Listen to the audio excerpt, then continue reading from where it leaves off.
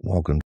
I'm Cat Doc, and while I'm a veterinarian, I'm not your veterinarian. I hope my insights, experience, and opinions inspire you to ask questions of your veterinarian and their staff. No video or blog should interfere with or can replace a proper relationship with your local veterinary team.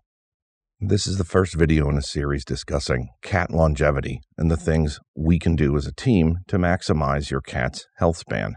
Again, these are all my opinions and experience. Liking the video and subscribing to the channel helps me. The Ko-Fi donation link helps me make even more videos, but the real goal is longer and happier cat lives. Number one on the list for kittens, or for cats of any age, is their initial vaccination series, as well as boosters 1 year later.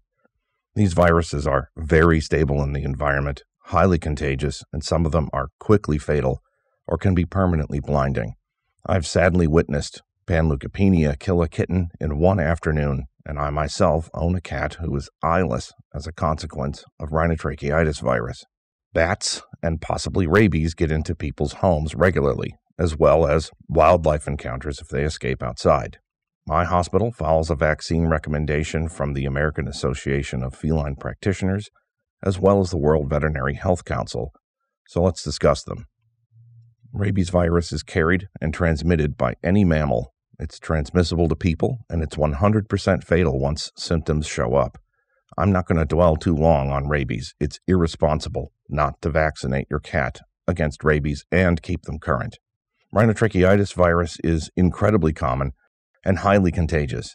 Many kittens are exposed to this nasty ocular and respiratory disease before they even make it to any shelter. Rhinotracheitis is in the cat herpes family, and while not contagious to humans, once the cat has it, they have it for life, with varying severity of symptoms resurfacing the rest of their life. In extreme cases, it can ulcerate or even rupture their eyes. Again, one of my own pets had to have his eyes surgically removed as a little kitten because of Rhinotracheitis virus. Calicivirus can cause ocular and respiratory disease as well. Most commonly, it's associated with mouth and tongue ulcers. Now, I've saved the worst for last, and that's panleukopenia virus. A mutation in the feline panleukopenia virus became canine parvovirus, which got included in the dog distemper combo vaccine, and now it's why people say they want a, quote, cat distemper shot, unquote. Panleukopenia is incredibly contagious, very stable in the environment, and rapidly deadly to kittens and some adults. You could easily bring it home and bring an infectious dose on your shoes from the shelter or cattery or farm you got your kitten from. The virus attacks rapidly dividing tissue, which can mean their brain is damaged while their mom is pregnant, or their intestines after they are born. As I have said before, to my horror, I have seen multiple kittens pass away in just an afternoon or overnight for what turned out to be panleukopenia virus.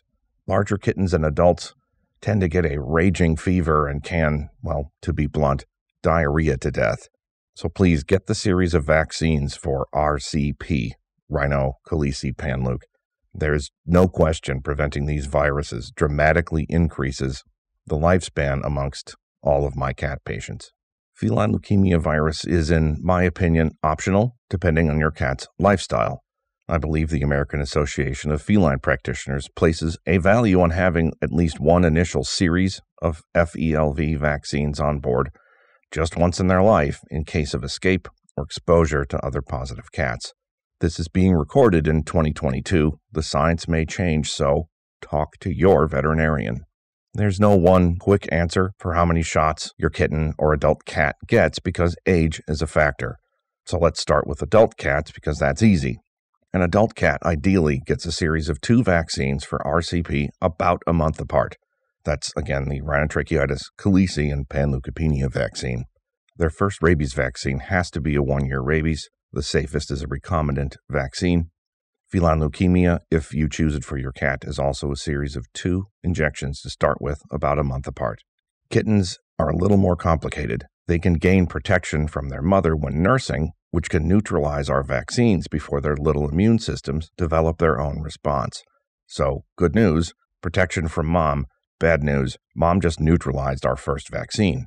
Or, on the other hand, they may not have gotten any protection from their mom, and they're now vulnerable to these potential lethal, near ubiquitous viruses. So what do?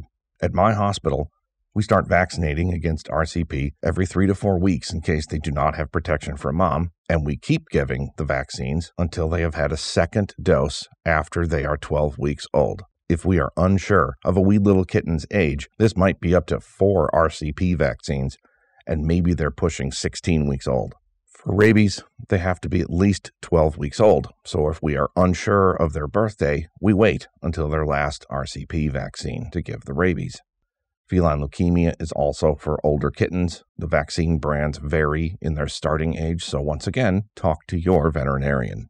Once the kitten or adult is done with this initial vaccine series, my hospital calls them protected for 1 year. Side note here, many shelters and rescues now give one single modified live RCP vaccine if the kitten is obviously over 12 weeks old, and the shelter calls it good for a year. Now, statistically, one modified live vaccine probably does grant immunity to 95% or more of the kittens or cats it's given to. It's just how vaccines and varying immune systems work. However, at my hospital, I don't want any of my patients or any of my rescue kittens to be the unprotected 5%, since the consequences can be fatal or blinding. So we do give multiple doses of RCP. It's not wrong for your shelter to just give one and call it good, but please talk to your veterinarian. The booster vaccines 1 year later are necessary. There is still a tiny percentage of animals who do not gain immunity from their initial series, be they kitten or adult. The boosters 1 year later can catch any of that single-digit % of cats who just didn't get protected earlier in life. Note that the rabies they first get is a 1 year. We can't mess around with the due dates, so that 1 year later rabies is critical. You'll probably have a choice between a 1 year or a 3 year, depending on your veterinarians. Always keep them current on rabies vaccine their entire life. Ideally, a 3-year recombinant product as their life rolls along.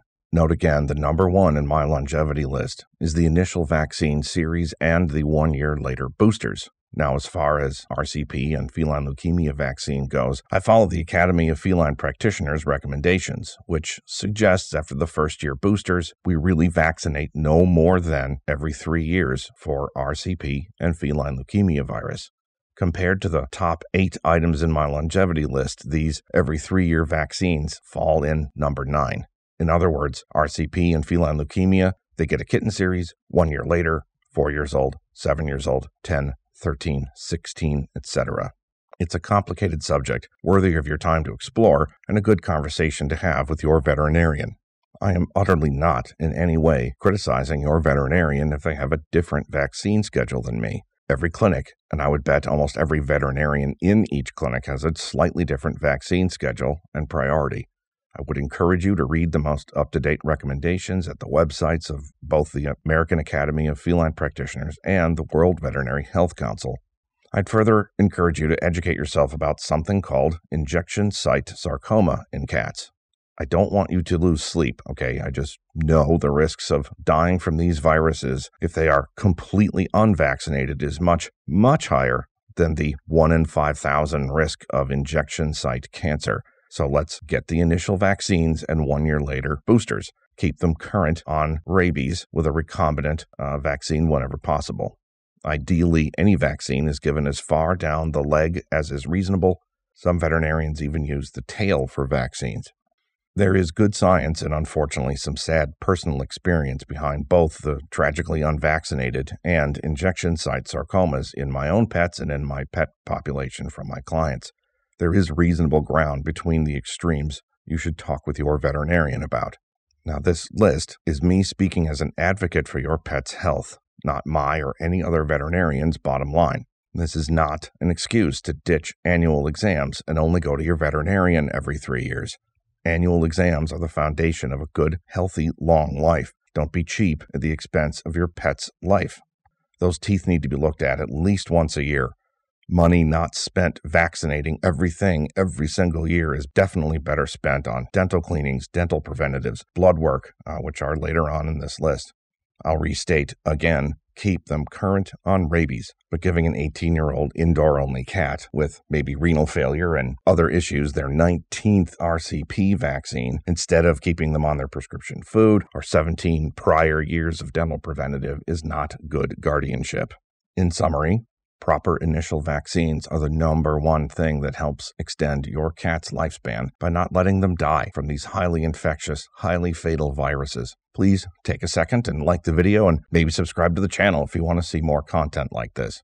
Chin noogies and a greeny treat to all your cats from me, Cat Doc. And again, talk to your veterinarian if you have any questions, because, as I've said, while I'm a veterinarian, I'm definitely not your veterinarian.